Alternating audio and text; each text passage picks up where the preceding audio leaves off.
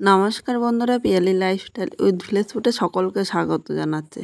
আজকে পার্শে মাছ নিয়েছি। মাছটা ভালো করে কেটে ধুয়ে নিয়ে এনেছি।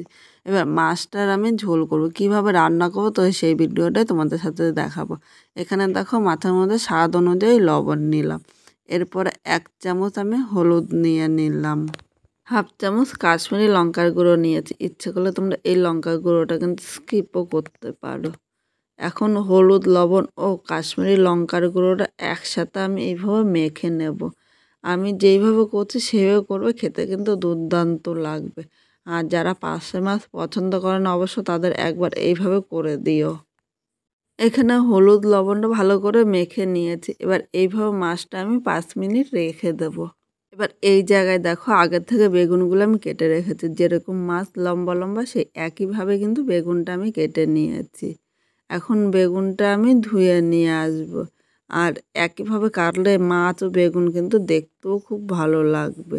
এখানে বেগুনটা ধুয়ে নিয়ে এসেছে। এবার এর মধ্যে হলুদ দিয়ে দিলাম, স্বাদ অনুযায়ী লবণ নিলাম। হলুদ ও লবণটা বেগুনের সাথে মেখে নেব। আর এইভাবে মেখে নিলে বেগুনে কিন্তু ভাজতে অনেকটা তেল কম লাগবে। অল্প তেলে আপনারা কিন্তু বেগুনটা ভেজে নিতে পারেন।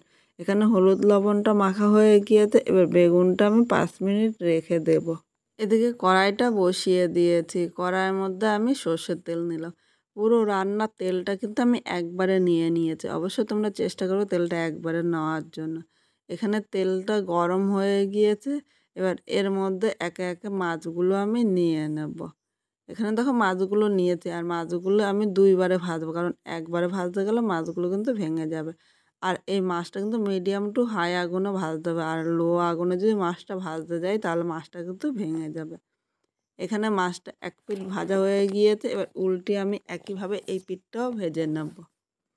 দেখো 2 পিঠই কিন্তু লাল করে ভেজে নিয়েছি। আর এইভাবে কিন্তু ভাজলে একটা মাছও কিন্তু ভেঙে যায়নি। এবার মাছগুলো আমি তুলে নিলাম। একইভাবে এই বাকি মাছগুলো আমি ভেজে নেব। এখানে সব মাছগুলো ভেজে নিয়েছি। দেখো বন্ধুরা, এইভাবে মাছ ভাজলে একটা মাছও কিন্তু ভেঙে যায় না। এবার এই জায়গায় দেখো কড়াইতে যতটা আমি তেল নিয়েছিলাম প্রায় ততটাই কিন্তু তেল রয়েছে।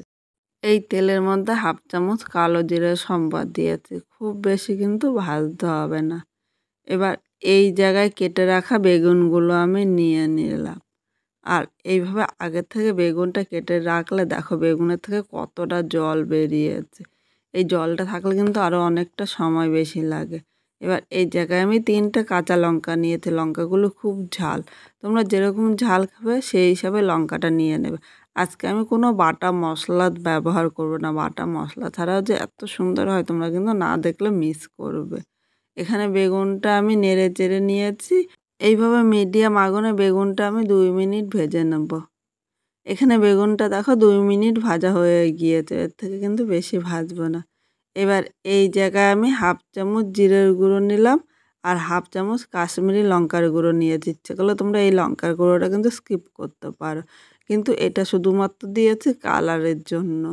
এবার যেই জিনিসটা না নিলে রান্নাটাই সম্পূর্ণ অসম্পূর্ণ থাকবে সেটা হলো লবণ। লবণটা নিয়ে নিলাম স্বাদ অনুযায়ী। এখন সব কিছু মশলা এর সাথে নেড়ে চেড়ে মিশিয়ে নেব। 1 মিনিট কষিয়ে নেব। আর বেগুনটা খুব বেশি ভাজিনি, তাই বেগুনের মধ্যে কিন্তু একই সাথে কষিয়ে নিতে হবে।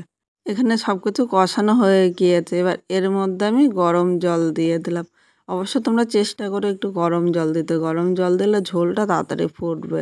আর ঠান্ডা জল দিলে কিন্তু একদম ভালো লাগবে না, তখন বেগুনটা কিন্তু আরও শক্ত হয়ে যাবে। এখন ঝোলের সাথে নেড়ে চেড়ে মিশিয়ে নিয়েছি। আবারও বলবো বন্ধুরা, তোমাদের যদি ভিডিওটা ভালো লাগে তাহলে একটা লাইক, শেয়ার ও কমেন্ট করো।